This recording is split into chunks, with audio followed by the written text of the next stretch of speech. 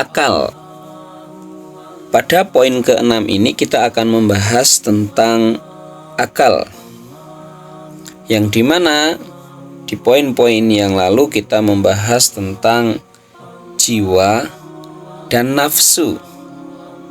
Maka jika jiwa itu merupakan satu fitrah dasar ruh, nafsu adalah dorongan hidup manusia, sedangkan akal adalah alat untuk merancang dan melakukan keinginan jiwa dan nafsu. Sebagai contoh hamba Allah, jiwa manusia itu ingin sholat tahajud misalkan, maka akal ini memiliki tugas untuk merealisasikan tahajud itu menjadi kenyataan.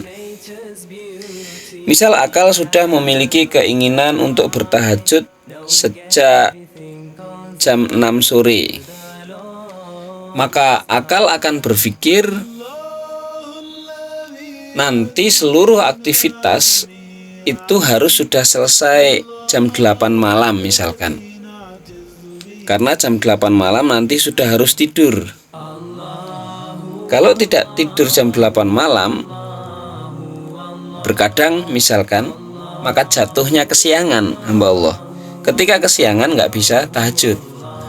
Jadi sekali lagi, ketika jiwa kita ingin tahajud, maka akal menjadi alat untuk merancang dan melaksanakan proses tahajud tersebut. Demikian juga ketika nafsu berkeinginan. Misalkan seseorang itu lapar, kemudian nafsunya menggerakkan dirinya itu untuk makan,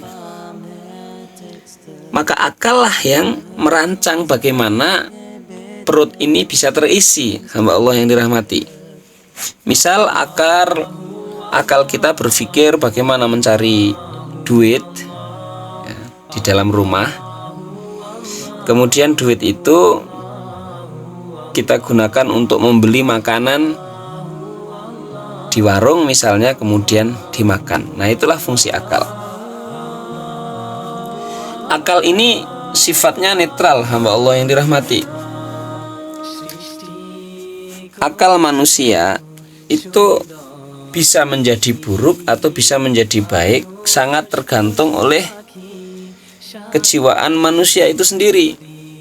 Karena sifat akal itu hanyalah sebagai alat. Seperti misalkan pistol itu hanya alat, akan menjadi maslahat ketika jatuh di tangan polisi.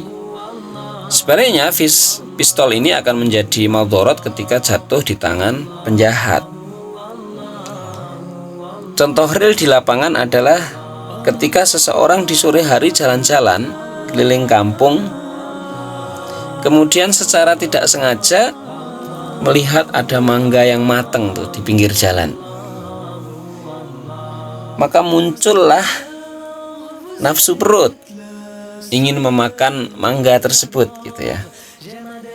Nah, seseorang yang memiliki keinginan untuk mangga ini, solusinya dua hamba Allah. Ketika yang dominan adalah jiwanya, maka akal akan menuntun dirinya itu mencari solusi yang halal. Contoh, akal akan menggerakkan fisik untuk mencari uang ke pasar beli mangga. Itu ketika yang dominan adalah jiwanya. Sebaliknya, ketika yang dominan itu adalah nafsunya, maka dia akan berpikir nanti malam jam 12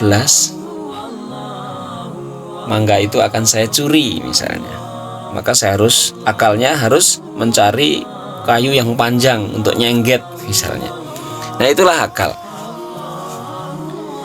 Hamba Allah yang dirahmati, sehingga akal ini sekali lagi hanyalah alat.